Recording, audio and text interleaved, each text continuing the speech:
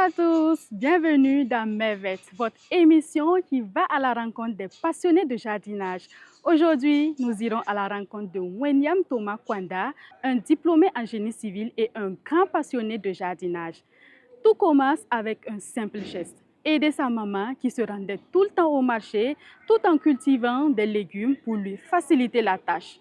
Aujourd'hui, sa maison regorge de plantes ornementales, de plantes aromatiques et bien d'autres plantes. Allons à sa rencontre.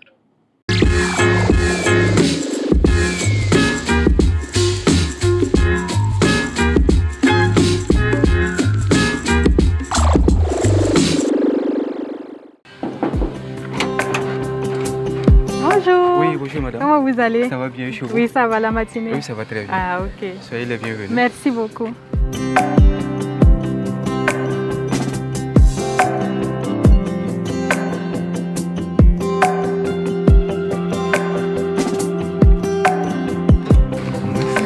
Là, on a des menthes Ok. qui sont de plusieurs variétés. Là, c'est du citron chinois. Ok. Là, c'est du jatropha, du noni, de la sauge. Là, c'est du bambou. Ah oui. Là, on a du palmier akira, du pourpier, des rosés, de la couronne de cris, Oui. du kalankoé pinata, du sansevieria kurama appelé langue de belle-mère. Oui. Ah oui. C'est bien joli. C'est ça. D'où est venue cette passion-là? La passion est venue d'un constat parce qu'à tout moment, la maman partait au marché et payait les condiments. Je me suis dit, pourquoi pas essayer un petit truc à la maison pour lui donner un coup de main. Voilà d'où est venue l'idée. Mais avant ça, j'étais passionné de la verdure. Juste que le déclic n'était pas encore venu. Voilà. Et après le constat avec la maman, voilà, je me suis dit pourquoi pas me lancer afin de la soutenir. La réaction de la maman quand j'avais commencé à lui donner un coup de main avec le petit potager à la maison ici, elle était très très contente. Parce qu'il arrivait à certains moments qu'elle ne parte même plus au marché, payer quoi que ce soit. Au moins elle a quelque chose à la maison qu'elle peut enlever. Même si elle va sortir payer, ça ne sera pas grand chose.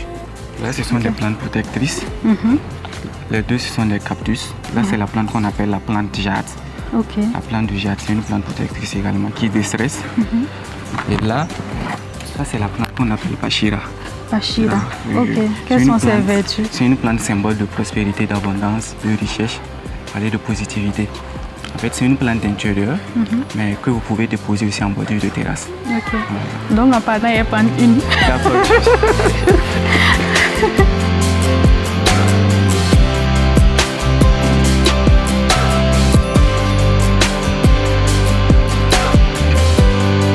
On a également la plante qu'on appelle Artemisia annua. Artemisia. Oui. C'est une plante médicinale contre le palu. Ok. Voilà. Et elle se boit en infusion. Ok. Voilà. Le palu. Voilà, contre le palu. D'accord. C'est actif, préventif et curatif. Juste une petite quantité en infusion. Ok. Voilà, et D'accord. zéro palu. Ah oui. C'est le kalankoé pinata. Ok. Voilà. Si vous souffrez de maux de dents, de la toux et les maux d'oreille, vous prenez une feuille, vous réduisez en pâte. Ok. Le jus que vous allez obtenir, vous mettez ça sur la partie qui fait mal. Ah, Donc, d'accord. pour ce qui est de la toux, vous enlevez 2 ou 3 feuilles, vous faites une infusion. Ok. Vous ajoutez juste une petite pincée de sel. Vous buvez, ça soulage la toux également. Ok.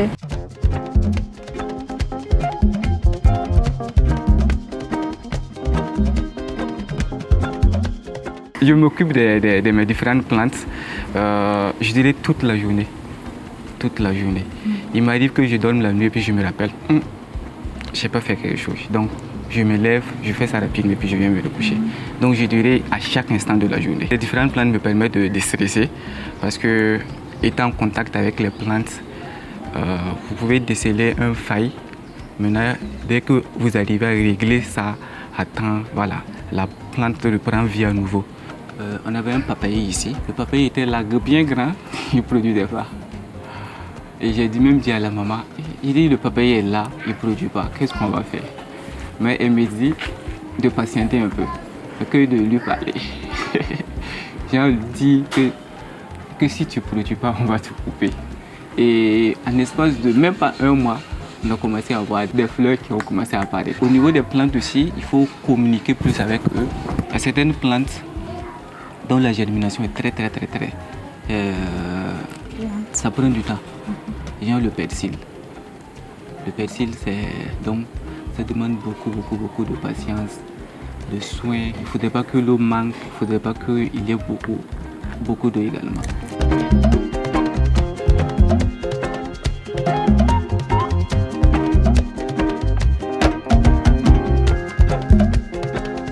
Quand je regarde l'ensemble de ces plantes l'ensemble de ces différentes plantes qui se trouvent sur place ici, j'ai un sentiment de fierté. Le message que j'ai à partager, à transmettre à ceux qui n'ont pas de potager chez eux, c'est de s'y mettre pendant qu'il est temps.